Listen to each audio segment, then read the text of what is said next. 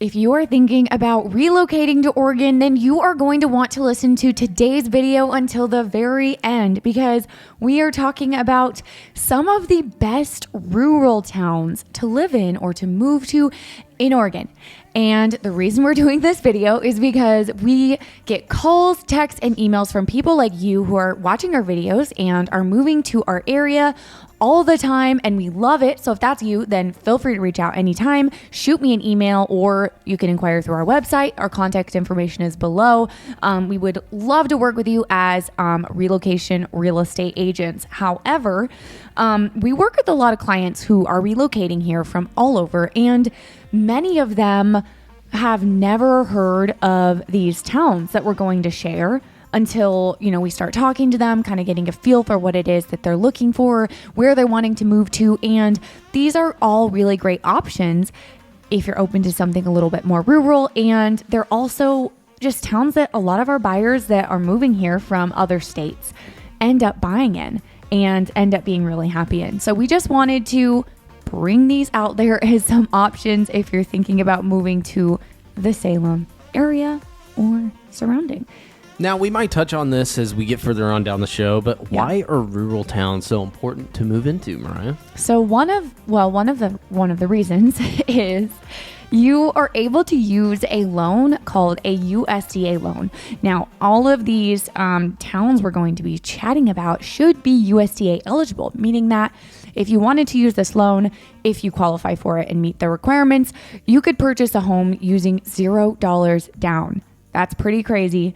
And you can't use this loan. For example, if you're wanting to buy in Salem, you can't use that loan. It has to be outside of city limits. So it has to be in a more rural town. Mm-hmm. So that's one of the reasons. Said. And another reason why some of these towns might be appealing to you if you're a first-time home buyer, especially if you're on a budget. And good news is with the market right now, I know we're hearing a lot of agents, I don't know about you, but I'm hearing agents in other markets saying that they're seeing things heat up a little bit more, a little bit more competitive, more multiple offers.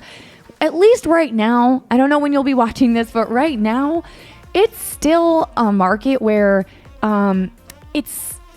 you can get a USDA loan accepted. It's not crazy competitive like it used to be where, because when it gets competitive, it is harder to get an offer like that accepted. So I think it's possible. Definitely possible still today. Now, the difference is when I'm seeing these rural towns get listings with 2+ acres, these are usually $700,000+ homes or $700,000+ listings. Yeah. And those are the type of homes that I see personally right now going active, and they're not closed, but under contract within 3 to 8 business days. So that market has been more competitive, especially with smaller acreage properties. We're not talking 10+ acres. We're talking smaller acreage, single families with a shop maybe on this land. So these rural towns, that is what an active buyer is searching for, hunting for. They want that specific property. But a really big opportunity for you guys, we mentioned being in a USDA home loan program, is this single family 3-bed, 2-bath, 0.25. That's a quarter of an acre. That's a good sized backyard, at least, for you to start your purchase. But also, you can create a really good investment. Maybe it's not your first time home buy. Maybe this is your third time, but you just don't want to be in the city. And there are definitely really, really good options in these type of rural towns for you too. Okay, we have 6 great towns that we're going to chat about. The last one we're going to end on is actually Spencer's hometown. Whoop, whoop. So that's pretty cool. When he was younger. But anyway, growing up. So we're going to share these towns. And what I always tell my clients, because a lot of our clients are people who are moving to our area and have never been to Oregon, and many of them never do come until after they've closed on their homes. So what I always say is Google Maps is your friend. If you already know where you'll be working at, then it's always a good idea to maybe put in maps, where are these towns in proximity to where you're working at, or from Salem, or from, whatever it is that's important to you. So, yeah, and I'm definitely doing that on your guys' home searches as well. Usually if you tell me or let me know your area you're working in your job setting, I'm doing a mile radius or something. So we're actually realizing the time to drive to your workplace. Because, I mean, a lot of our clients moving out of state, they don't care if they're 45 minutes away from their workplace, which if that is you, one of these rural towns could be a perfect option. Definitely. Okay, this first one is Silverton, Oregon. I mean, come on. What is Silverton known for, Mariah? What are they known for? Well, I don't know if the actual landmark is in Silverton, but I know it's an arm distance away. It's called Silver Falls, the national park here, state park, I guess, here in Oregon. It's near that, probably about 15-minute drive. Yeah, but you're beautiful. Definitely more mountainous range, green, fresh water is something that I just like. It pours out of my mouth because you're getting that fresh spring mountain water, which is attached to Silver Falls. But definitely one of the beautiful, most amazing hikes you can be in. That's more local, centrally based here near Salem. Silverton is a great option for you, and it's historical. It is, yes. So they have a really, it's a smaller, more rural town, but they do have I would say growing maybe a little bit, small, really cute downtown. I like going there just to go walk through the shops and the coffee shops. And, I've seen some really great restaurants right downtown. So it's small, but it's really cute. And, it's home of the Oregon Garden. So if you're into nurseries, landscaping, but also like here in Oregon, most field trips during like the school year, most schools will do a field trip to the Oregon Garden in the elementary level. And I mean, I remember that for me personally. I'm an Oregonian. I visited the Oregon Garden. I can't remember if it was like first grade or third grade. Really? I never went there. We went. We were public school. She did private school. Ha ha ha. We went to the Oregon Garden and it was unbelievable. I think it was the fourth grade. And that's a field trip I remembered. And it's supporting insects, wildlife, the plants, nature. And it's the biggest garden, I believe, here in Oregon. And it's definitely a touristy attraction. And it's not just seasonal. You can go winter, spring, summer, fall. And they definitely have a great fireworks show, too. Oh, yeah. They have a huge event there every 4th of July with a great fireworks show. And they have a really great Christmas lights little setup to walk through at the Oregon Garden. That's really fun. Yeah. Okay, so similar to zoo lights, I'd say, just honestly, more local. I think I liked it better than zoo lights. I mean, it's simple. Don't get me wrong. Zoo lights, I mean, we did Portland walk 2 zoo miles lights. through the zoo, but I mean, simple, local. Bring your kid there. You'll be just as happy, I believe. Yeah. Now, can we touch on the price just a little bit in Silverton? Yeah. Because when I think of Silverton and we talk about these rural towns and we usually mention, hey, rural, that means you're going to get a better cost-effective price for the sale that you're looking to buy. Not here. Not here. Nope. I would say Silverton, I mean, it is more expensive. It's a growing community. You can get new construction homes there. You can get older homes there. More hillside homes, so you can have basements as well. But what I will say is the sales price tend to be a little bit higher. I think they're even higher than the average sales price here in Salem. They are. So a little, it's just something to keep an eye out on. But it's also the location. If you're really familiar, just wanting to live in that specific area, it's a great location and spot for you. And I do not think you'll regret it. Mm-hmm. Okay, this next one is Carlton, Oregon. Wine country. So this is out there it's in wine country. It's really beautiful. You're not too far from Newburgh. You're not too far from McMinnville, but it's definitely going to be the more rural town than those. It's small.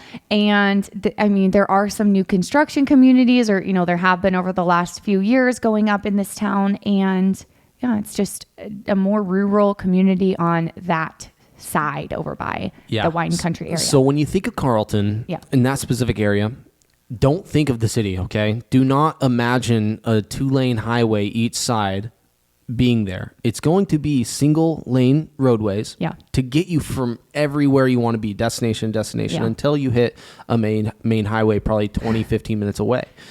Now, it is beautiful. It's, I believe, luxury at a far because of the wine country. And then the people that live there, generally they have more money because these plots of land, there's more land and space in between you and your neighbor. Okay, so that has been my experience. And then on top of that, school district. I know probably 12 years ago or so, the administration maybe was different. Right now, we're hearing a lot about Yamhill Carlton School. And I believe they're in the 3A division, but their clubs and programs, sports-wise, they're doing very well. And that could be a really big incentive if you're viewing this video as to why Carlton's a great place for you.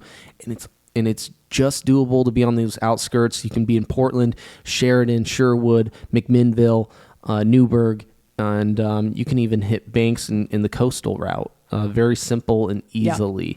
But just keep in mind, more back roads. Also, just to put into perspective the size, the population is about 2,200 people. So just over 2,000 people. That's pretty small. And then also for Silverton, the population is about 10,500. So that kind of gives a little perspective as to, the differences there. Okay, this next one, what would you say the population of Turner is? I think it's like 3,800. Oh, it's grown. Yeah. Okay. Yeah, well, it has grown. I know that. It was like 1,800. Yeah. 2,100. Yeah. Okay. So this next one is Turner, Oregon. Turner. Good old Tiana Turner. Good old Turner. So this Turner is I'll tell you why I like Turner, because it is on the outskirts of Salem, depending on the area. So there's certain areas in Turner where you're going to be really close to like the Lancaster side of town in Salem. And then there's other parts of Turner where you're going to be really close to Commercial Street. I grew up in Turner and really considered it South Salem because it was so close to Commercial Street, South Salem, that area. And so that's one thing that I like about it. I just really like the location. Some of the houses though, if you can get further back in there into the town, and some of them are, 20-minute drive out into the country. But there is a little town, there's a market, there's a coffee shop. There's actually a couple coffee shops now. Turner's amazing though. Yeah. And here's why. You can get view lots. You can get a lakefront property lot. Yeah. New construction. You can get something built in 1930 if you'd really like. But the population, it's not that massive. Yeah. And it's connected to one of the hottest school districts you want to be within. Yeah. Cascade High School. Cascade School District. And being in Turner, you're exactly right. What Mariah said, most Turner nights, I call them, get the best of both worlds. We get to be on Commercial Street, or we can hit Mission Street. And then if that's not good enough, we can hit Lancaster. Yeah. So you get all three sides of the main shopping districts in Salem while living in one location. And it just chooses, do you go left or do you go right? And that is the beauty of it, the convenience side. And of course, you don't have to go into Salem if you want to just go to the local market. There's two of them. There's a newer market and there's an older market. Pick your choice. The school district, like I mentioned, Turner Elementary is a great school. The administration there is great. The principal, I believe, Lisa Iverson, kudos to her. She's been doing terrific. We are Cascade alumni, so that's where we have that personal involvement with that community. And it's just a really good place to live, surrounded by good people. Now, what I can say is property values have been rising. They aren't, as expensive as it's like, no way I'm ever going to live there. No need to buy a property like that if I could just live elsewhere. I think it is fairly affordable. You're going to be dealing with properties that are over 1,400 square feet. And like I said, you have an option. You can be down below in the town part, or you can even go up. It's a hillside. It's called Val View area. But these are all view size lots. Yeah. So there's a lot of homes packed up there and good options. And people are selling. There's probably only a handful of listings at times, though. Yeah. But you do have variety options, and there could be an option if you do need more space in between your neighbor. This is where those rural towns with acreage come up.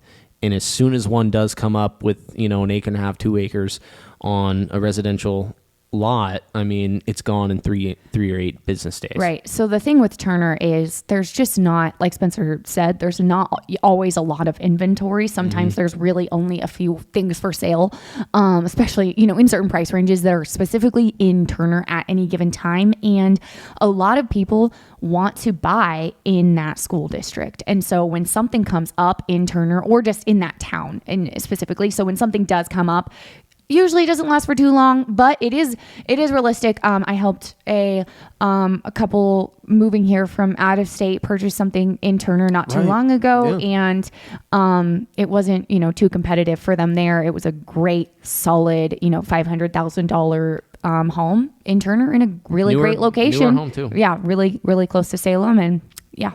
Okay, so this next town. We've got Salem, and we've got Turner, and then right past Turner is a town called Aumsville. So Aumsville, just geographically, it's going to be more east of Turner. Okay, about 8 minutes away. Mm-hmm. And how far is Aumsville from Salem? It's a little further. I'd say it's about a 12, 15-minute drive. You would say it's that close? Yeah. From Lancaster, not from South Salem. Am I right? Well, that's one of the main problems, though, I would say, with Aumsville is you kind of only have that one option. Yeah. Well, two options, technically. You can hit Mission Street and just go all the way down Mission through downtown, or you're going to be doing a lot of your shopping off of Lancaster Drive. Right. So there really is no need to use Commercial Street all that often, and that's the feedback we get from most Aumsvillians, is I'll say they are. But Aumsville is a great option, though, because it's a branch from Turner, same school district, Cascade School District, similar elementary status. And, I mean, it's a great local small town. It is bigger than Turner, though. I don't know the exact population, but I do know it is bigger than Turner. I'm curious. I need to Google it. You won't get as many hillside view lots. You won't get a lakefront property like you could in Turner. Pickings are slim as the same with Turner. There's usually only about a handful of listings, but it's more flat. I would say it's more in the valley of right before the mountain range off of Highway 22. The population is just over 4,000. Okay. Yeah. So just slightly bigger than Turner. Okay. Wow. All right. So this next one has a population of 961 people in 2021. So. Wait. This one 961. Yeah. That's it? It is Scio. Wow. To give you an idea, Where's this at? My parents live in Scio, and I didn't know the population was that small. Did you think it was bigger? Yeah. Well, it's a very small town. I mean, you drive through the town in like 10 seconds. It's very... That is true. You're like there and you're gone. Like it's a very small town. They've got a church, they got a bar, and I think they have a coffee shop. The market.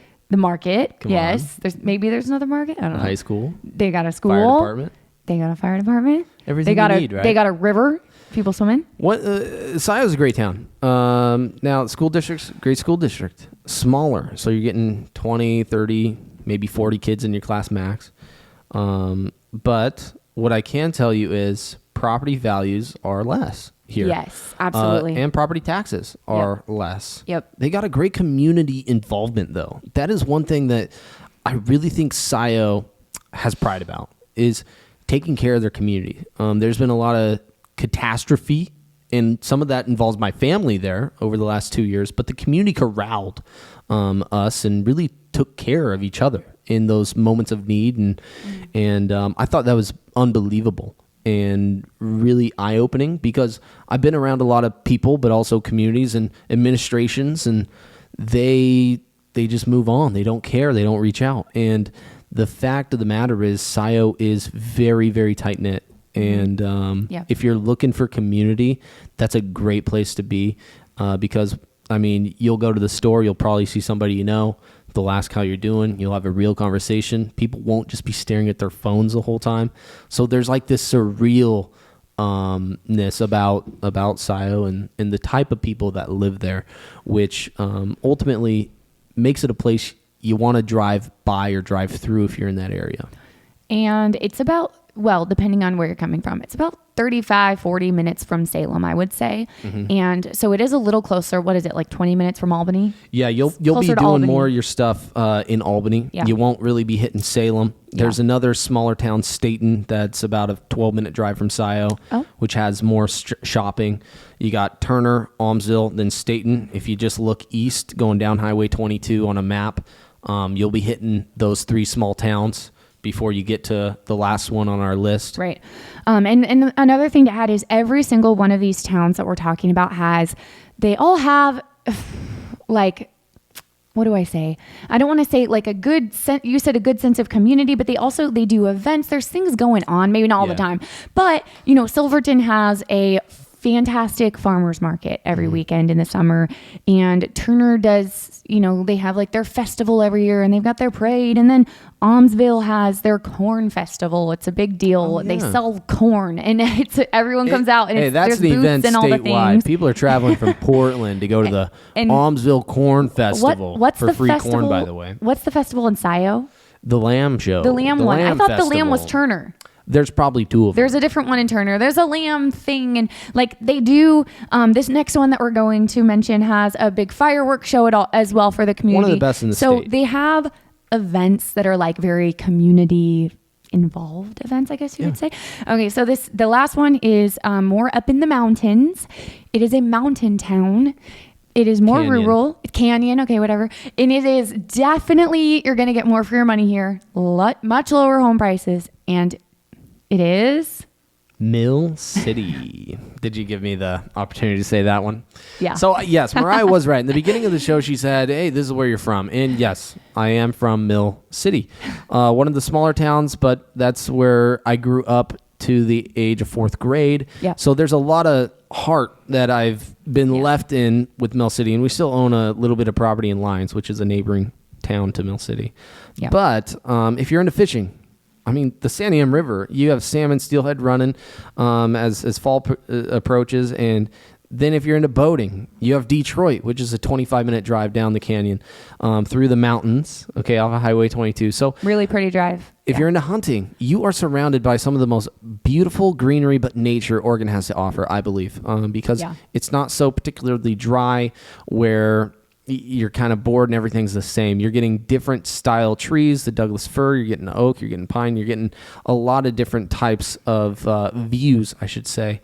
And you have public access to a lot of the roadways still that are leading you up into the mountains. Now in the winter, when it snows, you generally get more snow here in Mill City because your elevation's a little bit higher. Now, we don't deal with freezing all that much, so it turns to slush rather quickly. But if you were to go four-wheeling or bringing your truck up in the woods, you're getting snow, which is definitely an activity you're able to do and things I remember doing. So when you're talking about Oregon in the nature side and just not necessarily having to live off the land, but you're able to connect to your roots a little bit more, I should say, this provides you a little bit more opportunity. Now, when we talk about availability, it's kind of likewise with all these other towns we've mentioned. There's only a handful of homes that become on market. There's only so many homes there. But when they do, they generally sell. Yeah. Mill City, it is by far, I would say, cheaper. Yes, for sure. But keep in mind, you're about a 30, 35-minute drive to Salem. Mm-hmm. But it is a one way. I mean, it's Highway 22. You're on a highway to get to Salem. So and there's not a lot of shopping. I mean, they have like a market, but they don't have any big grocery stores in this town. I remember we went to Salem like once a month, usually, or every other week, and stocked up, and it wasn't a big deal. I mean, it was fun, and I never felt like I was missing out. Now, the one key thing is your workplace. Not everybody's workplace is realistic to live in Mill City. Now, it's more realistic to live in Turner, Aumsville, Staten, Scio. Right. If you're working more in the Willamette Valley area, Albany, Corvallis, but Woodburn, a lot of people that we work with that are moving here work remotely. Mm-hmm. So that is another thing. A lot of people work from home right now still, and a lot of people indefinitely work from home. So awesome.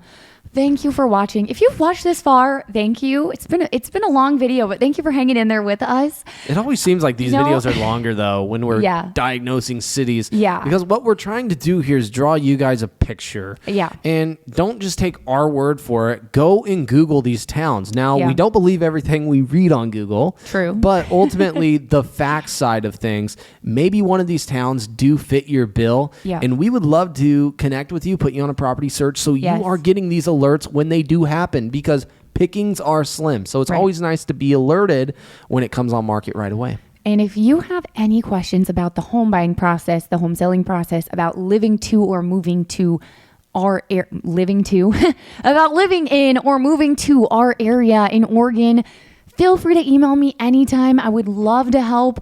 Like I said, if you are thinking about relocating to our area, let's set up a Zoom call. I'd love to chat with you and just talk about the next steps and answer all of your questions about the process and the area. So with that being said, we come on here every single week. So subscribe if you haven't, and we'll see you next time.